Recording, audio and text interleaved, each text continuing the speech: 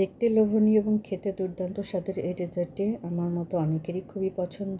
যেহেতু ডেজার্টটি আম দিয়ে তৈরি করা হয় আর এখন আমের সিজন চলছে, তাই দেরি না করে এই ডেজার্টটি একবার অন্তত তৈরি করেই নেওয়া যায়। হ্যালো এভরিওয়ান, আসসালামু আলাইকুম। আশা করছি যে যেখান থেকে আমার ভিডিওটি দেখছেন সবাই অনেক ভালো আছেন এবং সুস্থ আছেন। আশা করছি আজকের যে রেসিপিটি আমি আপনাদের সঙ্গে শেয়ার করব, আপনারা পুরো ভিডিও জুড়ে আমার সঙ্গেই থাকবেন। খুব বেশি উপকরণ লাগে না এই ডেজার্ট তৈরি করতে। আপনার বাসায় যদি একটি মাত্র আম থাকে, তাহলে এই একটি মাত্র আম দিয়ে আপনি ডেজার্টটি খুব সহজেই তৈরি করে নিতে পারেন। তো আপনারা দেখে বুঝতেই পারলেন, আমি প্রথমে আমগুলো কেটে ব্লেন্ডারে পেস্ট করে নিলাম। এখন যে পাত্র আমি এটি রান্না করব সেই পাত্রটি নিয়ে নিলাম এবং এখানে চার চামচ মতন আমি পেস্ট নিয়ে নিলাম, ম্যাঙ্গো পেস্ট নিয়ে এর সঙ্গে আমি প্রায় 1.5 চামচ আগার আগার পাউডার দিয়ে দিলাম। এখন এর সঙ্গে সামান্য পরিমাণ পানিও আমি অ্যাড করে দিলাম এবং পরিমাণ মতো চিনি অ্যাড করে দিলাম। যে যেমন মিষ্টি খেতে চান সেই স্বাদ অনুযায়ী চিনি অ্যাড করে দিতে হবে। তারপর আমি এটাকে খুব সুন্দর করে জাল করে নেব, জাস্ট হালকা একটু জাল করে নেব এবং সামান্য লবণও দিয়ে দিতে পারেন, তাহলে চিনি বা মিষ্টির যে ইয়াটা সেটা ব্যালেন্স হয়ে যাবে। এটা জাল হয়ে আসার পরে যখন একটু ঘন হয়ে আসবে, তখন এটাকে নামিয়ে আপনি যে বাটিতে বা যে পাত্রে সেট করবেন সেই পাত্রে ঢেলে নেবেন এবং এটা ঠান্ডা হয়ে গেলে এভাবে ছোট ছোট পিস করে কেটে নিতে হবে। তারপরে আমি এখন চলে যাব দুধটা রেডি করতে। তো প্রথমে আমি একটা পাতিলে বা হাঁড়িতে 1/2 লিটার দুধ নিয়ে নিলাম, চিনি দিয়ে দিলাম এবং সামান্য পরিমাণ লবণ দিয়ে দিলাম, যাতে মিষ্টির ব্যালেন্সটা ঠিক থাকে। দুধটা যখন ঠান্ডা অবস্থায় থাকবে তখনই আগার আগার পাউডারটা অ্যাড করে দিতে হবে। আমি স্কিপ করে গেছি, তাই আমি এখন পাউডারটা দেখিয়ে দিলাম।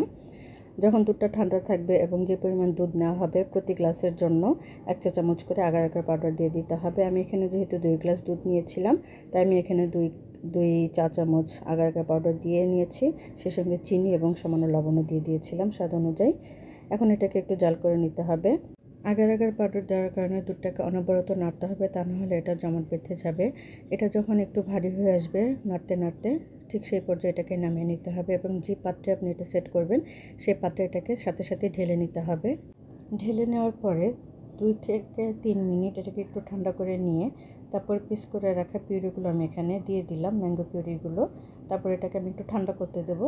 যখন এটা পুরোপুরি ঠান্ডা হয়ে যাবে তখন এটাকে ফ্রিজে 2 থেকে 3 ঘন্টা রেখে এভাবে চাকু দিয়ে 4-5টা ছাড়িয়ে নিয়ে এটাকে মোল্ড আউট করে নিতে হবে। মোল্ড আউট করে নিয়ে তারপরে আপনি আপনার পছন্দ মতন এখানে শেপ দিয়ে এটাকে কেটে নিতে হবে।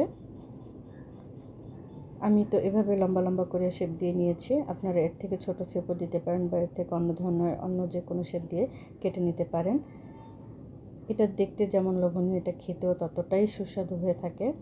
আমার কাছে এই ডেজার্টটি ভীষণ ভালো লাগে। শুধু আমার কাছে না, আমার পরিবারের সবাই এই ডেজার্টটি খুবই পছন্দ করে। এটা এমন একটি ডেজার্ট যেটা পরিবারের ছোট বড় সবাই খুব পছন্দ করে থাকে। যেহেতু এই ডেজার্টটি আম দিয়ে তৈরি করা হয়, তাই আমের সময় থাকাকালীন এই ডেজার্টটি একবার হলেও তৈরি করে খেয়ে দেখার চেষ্টা করবেন। আশা করছি আপনারা নিরাশ হবেন না, আমার মতো আপনারাও খুবই পছন্দ করবেন এই ডেজার্টটি। আমার এই রেসিপিটি যদি আপনাদের কাছে সামান্যতম ভালো লেগে থাকে, তাহলে অবশ্যই লাইক কমেন্ট শেয়ার করে আমাকে সাপোর্ট করবেন। ডেজার্টটি তৈরি করার পরে আপনাদের কার কাছে কেমন লাগলো অবশ্যই রিভিউটা জানাবেন। আমি খুবই আশাবাদী যে এই ডেজার্টটি অবশ্যই আপনাদের কাছে খুবই ভালো লাগবে। আজ এখানে শেষ করছি।